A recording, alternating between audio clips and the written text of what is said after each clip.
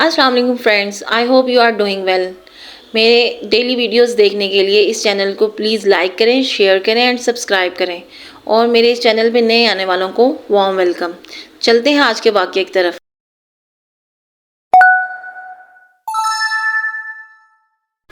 ہمارا آج کا واقعہ ہے حضرت داؤد علیہ السلام کے زمانے کا۔ حضرت داؤد علیہ السلام کے زمانے میں ایک شریف النفس اور کمزور آدمی تھا۔ اللہ تعالیٰ کے حضور دعا کرتا رہتا تھا کہ مجھ جیسے غریب بے سہارا کو غیب سے روزی عطا فرما، اور مجھے محنت و مشقت کے عذاب میں نہ ڈال۔ مریل گدھے پر گھوڑوں اور اونٹوں کا بوجھ نہیں لادا جا سکتا۔ پاؤں والا تو چل کر روزی پیدا کر سکتا ہے، اور جس کے پاؤں نہ ہوں اس کو تیرا ہی آسرا ہے۔ اے اللہ، سب کی سننے والا تو ہے۔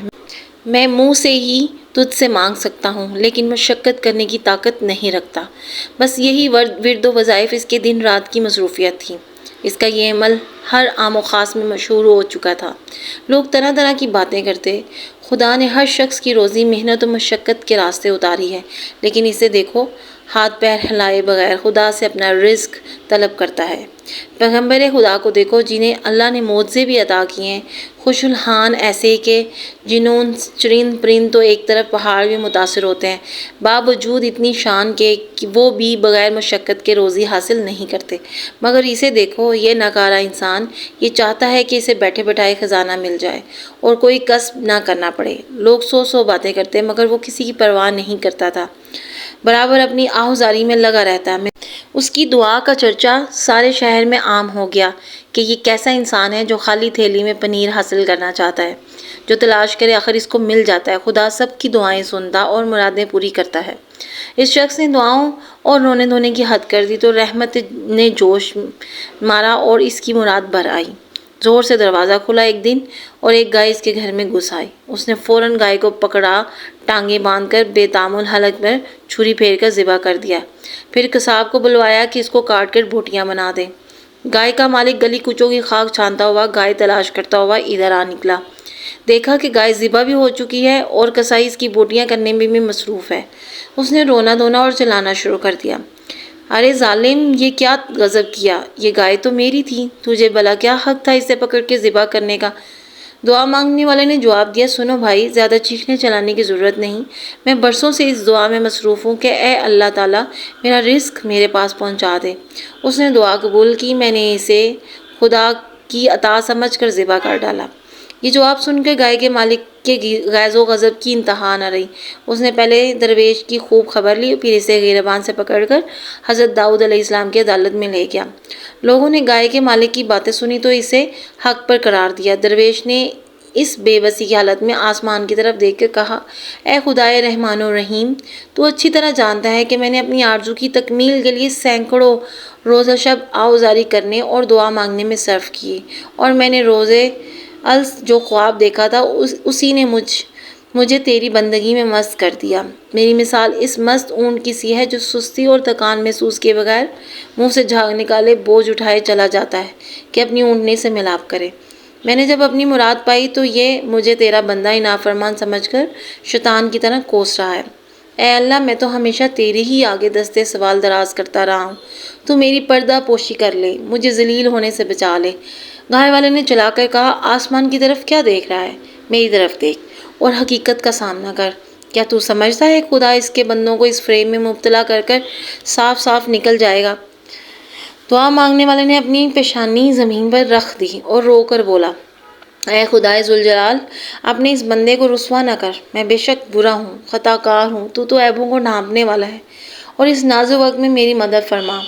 مقدمہ حضرت داؤد علیہ السلام کی عدالت میں پیش ہو گیا۔ پہلے گائے کے مالک نے دعویٰ پیش کیا اور کہا، اے پیغمبر خدا، میری گائے اتفاق سے اس شخص کے گھر میں جا گھسی۔ یہ بندہ نہ جانے کب سے تاک لگائے بیٹھا تھا، اس نے میری گائے کو پکڑ کے ذبح کر ڈالا۔ آپ کے سامنے میری فریاد ہے کہ اسے دریافت کریں کہ اس نے ایسا کیوں کیا۔ دعا مانگنے والے نے اپنی صفائی میں یوں عرض کیا، اس شہر کے سبھی لوگ مجھے پہچانتے ہیں۔ آج تک میں نے کسی کا مال نہ کبھی مارا ہے، نہ کبھی چوری کیا، اور نہ ہی ناجائز کسی کو پریشان کیا۔ میرا گزشتہ کئی سال سے یہ معمول رہا ہے کہ شب و روز بارگاہ الہی میں یہ دعا کرتا رہتا تھا کہ بغیر محنت و مشقت کے مجھے رزق اللہ تعالیٰ عطا فرما۔ آخر مسلسل دعاؤں کے بعد اللہ تعالیٰ نے میری آرزو سنی اور یہ گائے خود بخود میرے گھر میں گھس آئی۔ میری آنکھوں میں اسے دیکھتے ہی نور آ گیا کہ حق تعالیٰ نے میری دعا قبول فرمائی اور رزق حلال بغیر محنت کے مل گیا۔ میں نے اللہ کا شکر ادا کرتے ہوئے اس گائے کو ذبح کر ڈالا۔ یہ شخص نہ جانے کہاں سے شور مچاتا ہوا آ گیا اور کہنے لگا کہ گائے میری ہے۔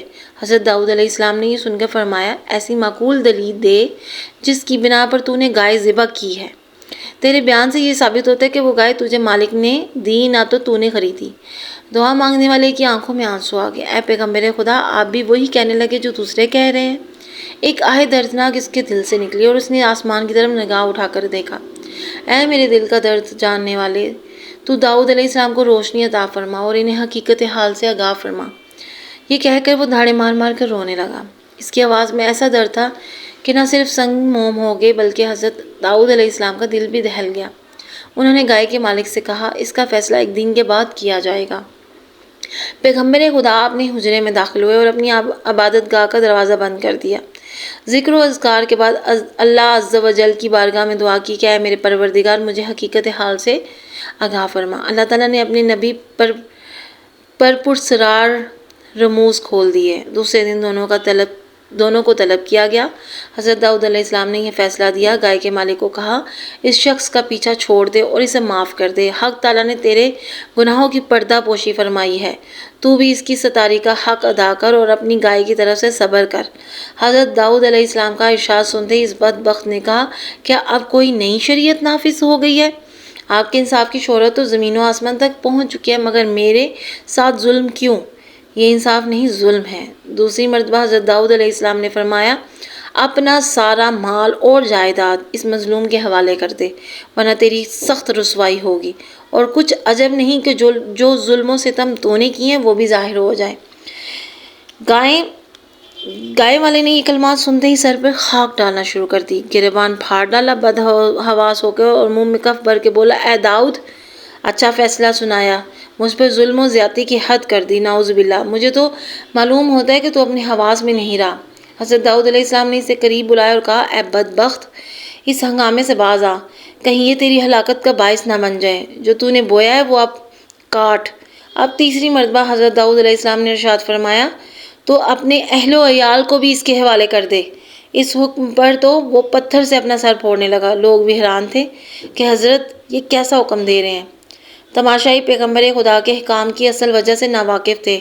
ان میں سے دو آدمی کہنے لگے، اے اللہ کے نبی علیہ السلام، آپ کی ذات و بابرکت سے ایسا صریح ظلم، ہم سب حیرت میں ہیں۔ بے قصور گائے والے پر اتنا عتاب آخر کیوں؟ اور جس نے ناحق گائے پکڑ کے ذبح کر ڈالی، اسے آپ نے بری کر دیا۔ حضرت داؤد علیہ السلام نے فرمایا، شاید کیا وہ وقت آن پہنچا ہے کہ اس گائے والے کے پوشیدہ راز ظاہر کر دیے جائیں۔ حضرت داؤد علیہ السلام سب کو دریا کے کنارے ایک بہت پرانے گھنے درخت کے نیچے لے گئی۔ وہ گھنا درخت جس کی شاخیں آپس میں گتھی ہوئی تھیں، سورج کی شعاعوں کو زمین تک پہنچنے نہیں دیتی تھیں۔ کیا تم لوگ جانتے ہو کہ اس درخت کے نیچے ایک آدمی کو قتل کیا گیا ہے؟ یقیناً تم نہیں جانتے، البتہ وہ جانتا ہے جس نے اس زمین و آسمان کو پیدا فرمایا۔ حضرت داؤد علیہ السلام نے فرمایا، حقیقت تو یہ ہے کہ اس گائے والے نے اپنے آقا کو قتل کیا۔ یہ شخص اصل میں مقتول کا زر خرید غلام تھا۔ اس نے اپنے آقا کو قتل کر کے اس کے مال و دولت اور جائیداد پر قبضہ کر لیا۔ مظلوم دعا مانگنے والا اسی مقتول کا بیٹا ہے۔ پھر اس بے رحم اور سنگ دل شخص نے اپنے مقتول آقا کے کم سن یتیم بچوں پر ظلم ڈھانا شروع کیا، ان سے سب کچھ چھین لیا۔ یہ نمک حرامی پر اتر آیا کہ اس کے آقا کے بچے دانے دانے کے محتاج ہو گئے۔ اس مردود نے اپنے گناہوں کا پردہ خود ہی فاش کیا۔ ظلم ہمیشہ روح کی گہرائیوں میں دبکا رہتا ہے، لیکن ظالم اسے خود لوگوں پر کھول رہا ہے۔ اے سگے دنیا، تو نے شرع کے مطابق اس مقدمے کا فیصلہ مانگا تھا، شریعت نے اپنا فیصلہ سنا دیا، اب اس کی تکمیل کرنا تیرا فرض بنتا ہے۔ تو نے اپنی صفاقی اور شک القلبی کا ایسا مظاہرہ کیا کہ خدا کی پناہ تو نے آقا کو اس طرح چھری سے ذبح کیا جس طرح اس دعا مانگنے والے نے تیری گائے کو ذبح کیا تھا۔ وہ خون آلود چھری راز فاش ہونے کے ڈر سے گڑھا کھود کر تو نے دفن کر دی تھی۔ اس کا ثبوت یہ ہے کہ اس چھری پہ اس کا نام کندہ ہے۔ حضرت داؤد علیہ السلام کے حکم پر زمین کھودی گئی، گڑھے کے اندر سے ایک شخص کی کھوپڑی اور لمبی سی چھری برآمد ہوئی۔ اب گائے والا خوف سے تھر تھر کانپنے لگا۔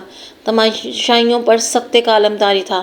لوگوں نے اپنے سروں سے کپڑے اور ٹوپیاں ہٹا دیں، ننگے سر ہو کے پیغمبر کے سامنے آئے اور عرض کرنے لگے، اے خدا کے سچے پیغمبر علیہ السلام، ہم فطری نبینا ثابت ہوئے، ہم نے آپ کی زبان مبارک پہ اعتبار نہ کیا، آپ ہماری گستاخی معاف فرما دیں۔